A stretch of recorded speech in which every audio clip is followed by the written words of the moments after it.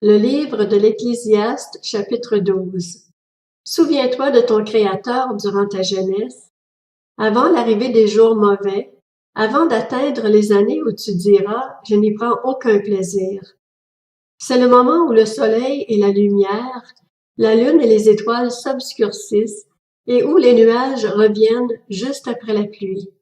C'est l'époque où les gardiens de la maison tremblent, où les hommes forts se courbent, où celles qui broient interrompent leurs tâches parce qu'elles sont trop peu nombreuses, où ceux qui regardent par les fenêtres s'obscurcissent.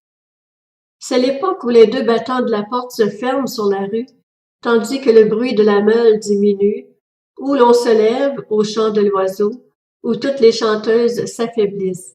C'est l'époque où l'on redoute ce qui est haut, où l'on a des terreurs en chemin, où l'amandier fleurit, où la sauterelle devient lourde et où la câpre n'a plus d'effet, car l'homme s'en va vers son habitation éternelle et les pleureurs parcourent les rues.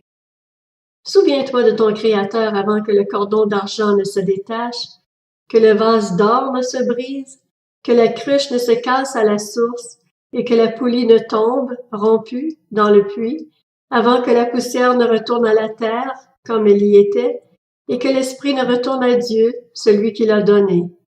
Comble de l'inconsistance, dit l'Ecclésiaste, tout n'est que fumée.